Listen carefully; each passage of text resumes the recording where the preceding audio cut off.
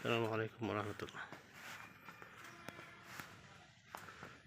এই বিল্ডিং 5 তলা ফাউন্ডেশন, 2 তলা কমপ্লিট, নিচতলা 2 ইউনিট, দোতলা 2 ইউনিট, নতুন বাসা।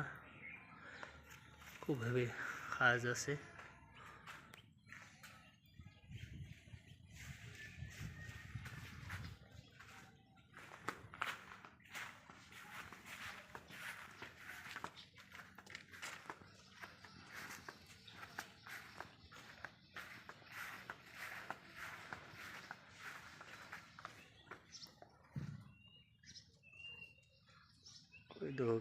বিল্ডিং ওর আপনার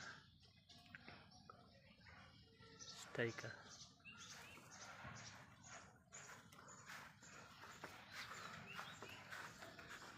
দরজা জানালা বাকি রয়েছে, টাইস করা বাকি রয়েছে।